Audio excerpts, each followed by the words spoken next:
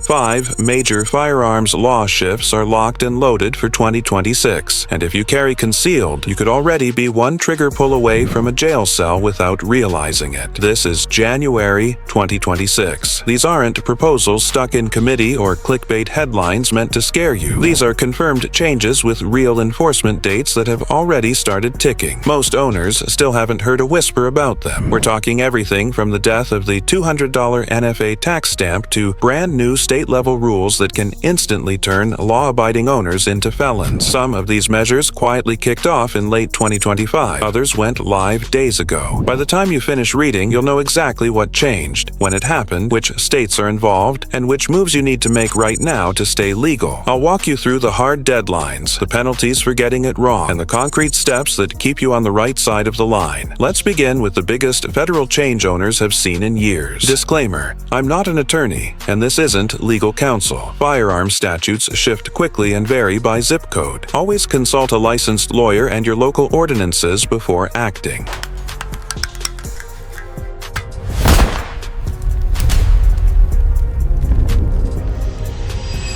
Change 1. The $200 NFA tax stamp is dead, yet the rules remain deadly serious. As of 1 January 2026, one of the tallest financial hurdles in federal firearms law has been bulldozed. You no longer have to fork over $200 for items regulated under the National Firearms Act: suppressors, short-barreled rifles, short-barreled shotguns, and any other NFA-classified hardware. For plenty of owners, that's a long-awaited win. If you've been postponing a suppressor for home defense or an SBR setup for your truck, the upfront cost just plummeted. The change was signed into law last July as part of a broader reform package and is now fully active. But here's what did not change. You still must register every NFA item with the ATF. The fee vanished. The paperwork marathon did not. That means fingerprints, passport photo, background check, and a completed Form 4 before you can legally take possession. There's also zero refund for early birds. If you submitted paperwork and paid the $200 in November or December, the ATF keeps your cash gone for good. If you haven't started the process yet, move now to exploit the savings. Some shops are already advertising pre-orders, but don't stumble into a paperwork trap. The only date that matters is the one on your Form 4 submission. If it's stamped before 1 January 2026, you still owe the fee. Make sure your purchase contract is crystal clear and your forms are dated after the cutoff. It's equally critical to know your state laws. Just because Washington dropped the fee doesn't mean every capital allows ownership. Suppressors and other NFA items remain banned in California, New York, New Jersey, Massachusetts, Hawaii, Illinois, Rhode Island, and Delaware. The feds won't charge you, but possession in those states is still criminal. And while this is a financial victory, it's not a speed boost. Approval times are unchanged. Expect 3 to 6 months for the ATF to stamp your paperwork. Skip registration and you're staring at 10 years in federal prison and a $250,000 fine. The government isn't easing enforcement,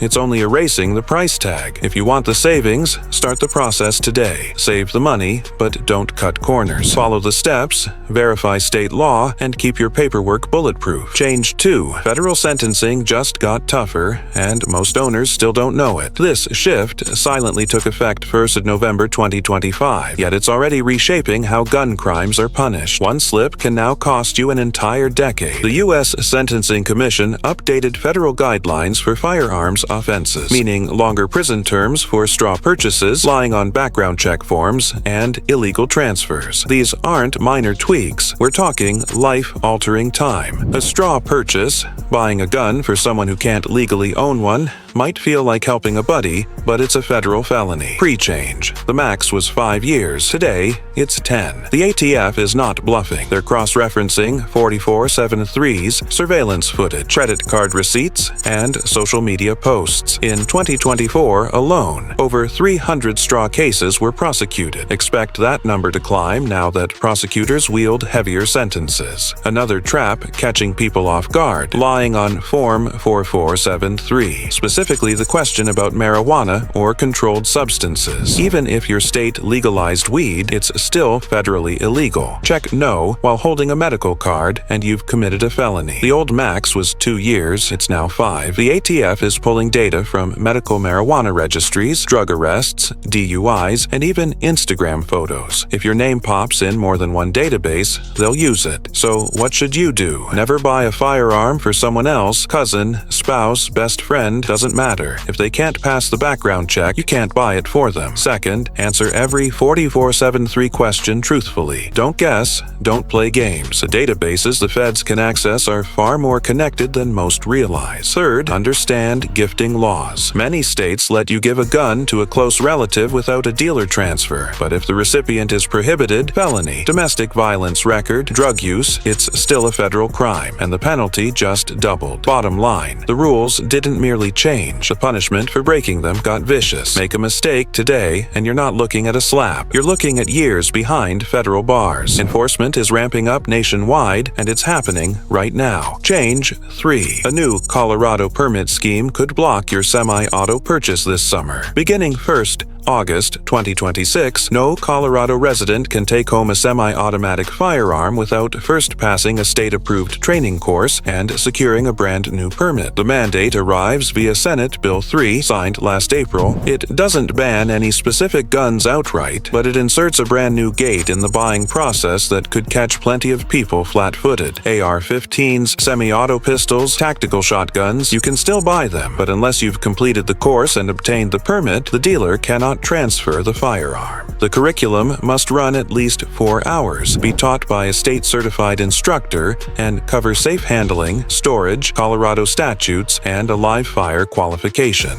You'll have to demonstrate competence, not just sit through a slideshow. Here's the concealed carry hook. If you already hold a valid Colorado CCW, you're golden. That permit satisfies the training requirement. If you don't possess a CCW and plan to purchase a semi-auto after 1 August, you must complete the new course first.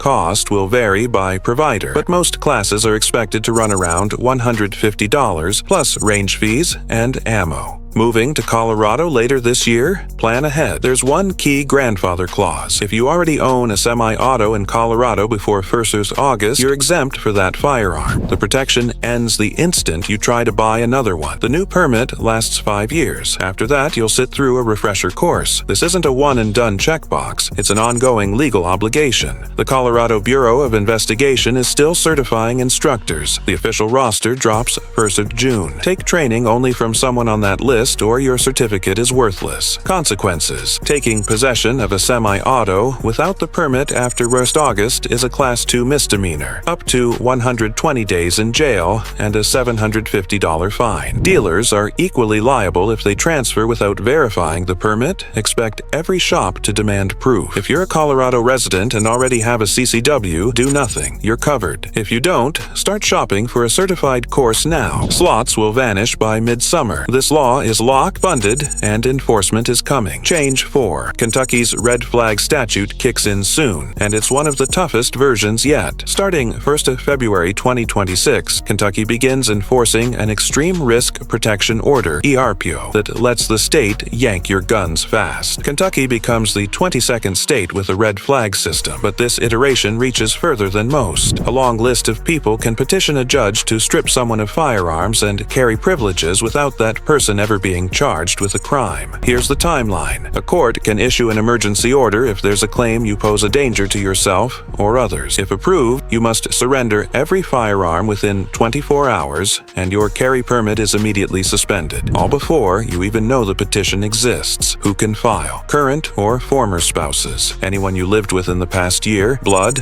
or marriage relatives, anyone you dated in the past year, and any law enforcement officer in the state. That's a wide net based on old relationships or grudges. The legal standard is reasonable cause to believe, a very low bar. The judge needs no clear evidence, just a plausible claim to start the process. For concealed carriers, this is huge. An ERPO can erase your rights instantly, with zero advance warning. Often, the first clue is when deputies arrive to collect your guns. You do get a hearing within 14 days to defend yourself, but during that fortnight, you're legally barred from possessing or carrying any firearm. If the court makes the order permanent, restrictions can can last 1 full year and can be renewed indefinitely. If you live in Kentucky, do 2 things right now. First, know who can file against you. If you're in a breakup, custody fight, or family feud, document everything. Save texts, emails, voicemails that could refute false claims. Second, if you're ever served with an ARPO, do not go it alone. Hire a lawyer immediately, someone who knows firearms or civil rights law. This isn't a traffic ticket. Your Second Amendment rights and possibly your freedom are on the line. The hearing arrives quickly and you must be ready to fight. Violating an active ARPO is a Class D felony, 1 to 5 years in prison. Even after the order expires, your guns aren't automatically returned. You'll file a separate court petition and jump through another legal hoop to get them back. This is the most aggressive gun control measure Kentucky has ever enacted, and it's weeks away from launch. While the stated goal is safety, the impact on unaware, law-abiding owners is massive. Change 5. National concealed carry reciprocity may be closer than you think. A federal bill winding through Congress could completely reshape how carry works nationwide. Labeled the Constitutional Concealed Carry Reciprocity Act, H.R. 38, the measure would force every state to honor any other state's carry permit. No exceptions. This would be the largest nationwide shift in carry rights we've ever seen. The current map is a patchwork. Some states recognize dozens of permits, others recognize none. Texas honors 42. Florida accepts 38. Roll into California, New York, or New Jersey with an out-of-state piece and you can be charged with a felony for simply crossing the line. H.R. 38 aims to treat your carry permit like your driver's license. If your home state issued it, you could legally carry in all 50 states. States could not pile on extra rules for visitors. They'd have to recognize your permit exactly as they do their own. Where does it stand? H.R. 38 was reintroduced in early 2025 with 213 House co-sponsors, nearly half the chamber. It currently sits in the House Judiciary Committee. If it passes there, it moves to the Senate, where national reciprocity efforts historically stall. What does this mean for you? If you travel with a firearm, the bill could simplify life overnight. No more scrolling reciprocity map, no more stacking non-resident permits. You'd be covered by one home state license. But remember, H.R. 38 is not law yet. It hasn't passed either chamber, and even if it does, anticipate court fights. Anti-gun states will likely sue or slow walk compliance. Until a reciprocity bill is signed and upheld, you must still follow current rules. Check reciprocity every trip, especially when driving through restrictive territory. Smart travelers still grab extra non-resident permits from Utah, Florida, or Arizona for maximum coverage. Your 2026 Firearms Law Action Plan. Key dates to tattoo on your calendar. 1st January 2026. The $200 NFA stamp is gone. File your Form 4 this year to save the cash, but register properly. 1st February 2026. Kentucky's ARPO law takes effect.